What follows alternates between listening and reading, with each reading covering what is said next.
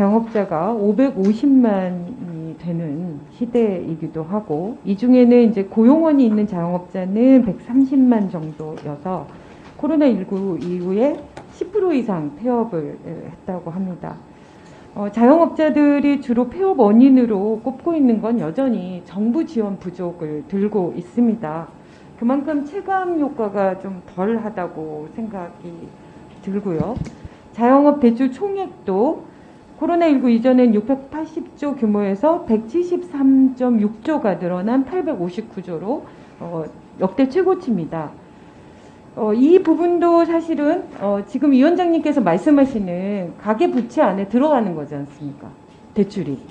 네, 자영업자 대출이 개인사업자 대출이 있고 또 가계부채, 가계대출이 있고 이렇게 섞여 있습니다. 그래서 실제로 저는 가계부채라고만 자꾸 얘기하시고 실수요라고만 얘기하시니까 이게 신호가 전혀 엉뚱하게 돌아가고 있다고 생각이 들기도 합니다.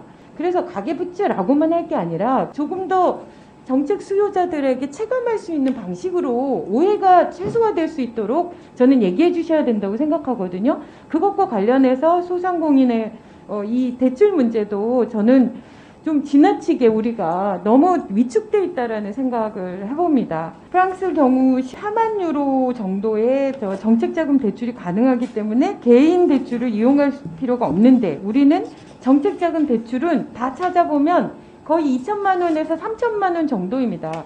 그거는 5인 이상 정도의 고용인들을 유지하고 있는 그런 식당에서는 한 달 정도의 비용에 불과할 수밖에 없는 거죠. 제가 알고 있는 어느 그 사례를 보면 10억 정도의 그걸 올리고 있었기 때문에 수익을, 그래서 모든 지원 대책에서 다 제외되어 있습니다. 이 지금 가계 대출이라는 것에 대한 부담을 기도 하지만 한편으로는 제대로 신용평가를 해서 이렇게 유능한 자영업자들이 당분간 경제활동을 할 수 있는 동안 버틸 수 있도록 대출 상품들을 훨씬 더 다양화해서 적극적으로 지원해야 되는 그런 고민도 하셔야 된다고 생각합니다.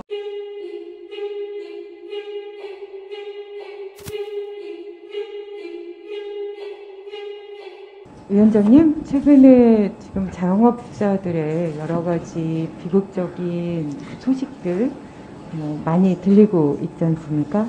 금융위 차원에서도 정부의 한 부분을 차지하고 있기 때문에 그런 지원책에 대해서 같이 노력하고 계시는 건 맞죠? 네, 그렇습니다. 예. 네. 그런데 실제로 다 알고 계시겠지만 자영업자가 550만이 되는 시대이기도 하고, 이 중에는 이제 고용원이 있는 자영업자는 130만 정도여서 코로나19 이후에 10% 이상 폐업을 했다고 합니다. 특히 고용자 전체의 40%를 고용하고 있는 고용원 있는 5인 이상 있는 자영업자가 22% 정도 감소가 됐다고 합니다. 사실은 국민 경제에 악영향을 끼치고 있죠.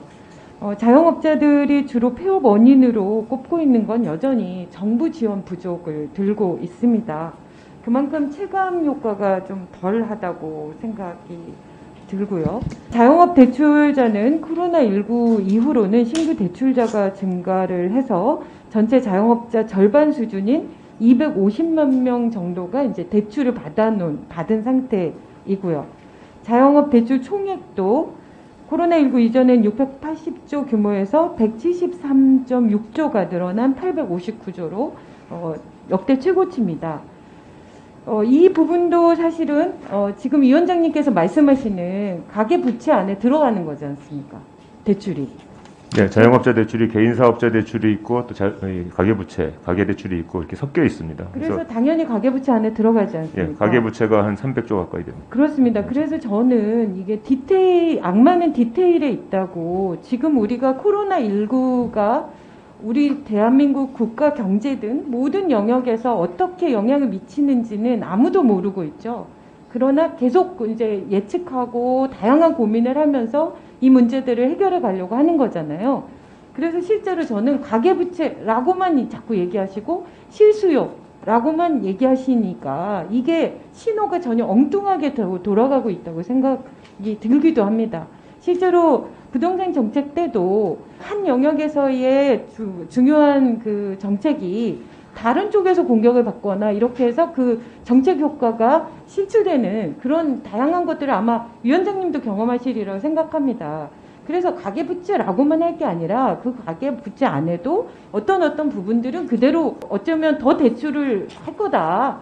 그리고 어떤 거는 줄일 거다. 이런 식으로 조금 더 정책 수요자들에게 체감할 수 있는 방식으로 오해가 최소화될 수 있도록 저는 얘기해 주셔야 된다고 생각하거든요. 그것과 관련해서 소상공인의 이 대출 문제도 저는 좀 지나치게 우리가 너무 위축돼 있다라는 생각을 해봅니다.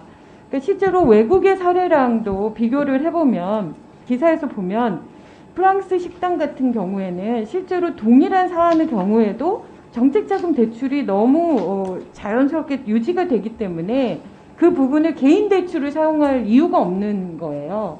그런 사례들을 좀 알고 계시죠, 위원장님께서? 네. 저희가 그때 비교해 보면 프랑스 경우 4만 유로 정도의 정책자금 대출이 가능하기 때문에 개인 대출을 이용할 필요가 없는데 우리는 정책자금 대출은 다 찾아보면 거의 2천만 원에서 3천만 원 정도입니다. 그거는 5인 이상 정도의 고용인들을 유지하고 있는 그런 식당에서는 한 달 정도의 비용에 불과할 수밖에 없는 거죠. 다양한 고용을 할 수 있는 5인 이상 정도의 그런 유능한 자영업자들이 이 기간 동안에 버틸 수 있도록 해주시는 게 어떻게 보면 더 제대로 된 지원책이 될 수 있다라는 거죠. 근데 우리는 제가 알고 있는 어느 그 사례를 보면 10억 정도의 그걸 올리고 있었기 때문에 수익을 그래서 모든 지원 대책에서 다 제외되어 있습니다. 그래도 고용인들을 유지하려고 1년 넘게 자기의 신용을 활용해서 몇 억을 대출해서 버텼지만 그게 제대로 되지 않으니까 결국은 폐업을 하게 됐거든요. 그래서 저는 이 지금 가계 대출이라는 것에 대한 부담을 갖기도 하지만 한편으로는 제대로 신용평가를 해서 이렇게 유능한 자영업자들이 당분간 경제활동을 할 수 있는 동안 버틸 수 있도록 대출 상품들을 훨씬 더 다양화해서 적극적으로 지원해야 되는 그런 고민도 하셔야 된다고 생각하는데 어떻게 생각하세요?